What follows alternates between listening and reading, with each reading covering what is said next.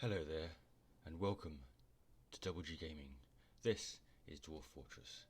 Now, everyone knows that dwarfs delve deep. None of this living on the surface like an elf, or scubbling around in the soil layer, among the roots and the dirt. No, no, no, no, no, no. A dwarf goes deep, deep under the ground, deep through the stone layers, to somewhere where they can live comfortably. But the problem with going this deep is it's often hard to get all the resources that you need close to you. Stockpiles can get large and unwieldy. If only there was some way to entangle a stockpile quantumly so that it became smaller and you could fit it all onto one small square. This is a dwarven secret that I'm going to teach you today, how to quantum stockpile. Now, as you can see, I have made a few stockpiles earlier, but today we're going to be working on our wood quantum stockpile. The first stage in making your quantum stockpile is always to go to the build menu, and you want to build a construction, a track stop. Now it's very important that you make sure it dumps, or this arrow points in the direction that you want your quantum stockpile to be in. In this case we want it to be east or on the right. So I'm going to select the right arrow and I'm going to put my track stop here. It doesn't matter what you build it from, but I've got a bunch of dacite blocks that should do fine. Now this track stop will dump stuff here, that's the first stage. But you need to have a here to dump to. So you're going to put a one tile stockpile on this square. It will be a wood stockpile, and you want to make sure that it has no barrels, bins or wheelbarrows. Also it needs to not take from anywhere, like turn this off.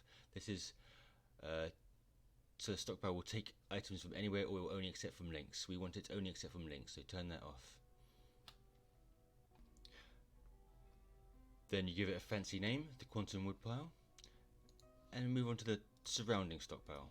This one goes around the track stop, and this one, make it into wood, make sure it has none of those. And this one can accept from links. It also needs a fancy name. There we go, bing, and it's done. Right, so now this feeder stockpile can be as large as you want it, and you only get, like, for this stockpile I will get one dwarf for each square, going out and collecting a bit of wood and bringing it here. So that'll be 3, 6, 7 dwarfs in total. If you want it to be more dwarfs, I can enlarge this to make more dwarfs work on gathering wood for me. But that's not entirely important. The next important step is to set up the minecart route. So you set holding routes for minecarts, and we add a new route. Now this route obviously needs a fancy name. There we go. And we need to then add a, make sure the right one, add a new stop, this one.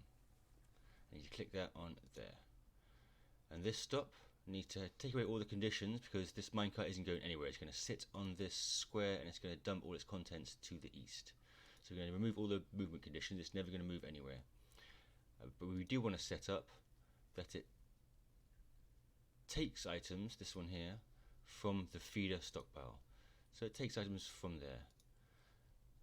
And also it needs to know what items it's going to take. It's going to take all the wood. And then the last step is you need to give it a nice minecart.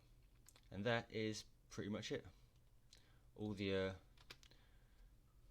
wood will be gathered into this pile here. It will be fed into the minecart, which will be brought down shortly. There it is. And then it will be dumped to the east onto this pile. If you're dealing with heavy materials such as stone, I do like to have a separate stockpile which includes wheelbarrows, because wheelbarrows make carrying stone around a lot easier. Because clearing up your fortress is much faster when you have a couple of these stockpiles carting all the stone back to here to dump into your very large stone stockpile. See, all the stuff there is stored on this one tile here, and it's all available to be used. And it won't be moved either, because it's all considered to be on the stockpile. Now, as you can see, The wood stockpile is working perfectly now, and all the wood logs are being packed into one big pile. And that is, in essence, is quantum stockpiling. Well, I hope you join me next time for more tips.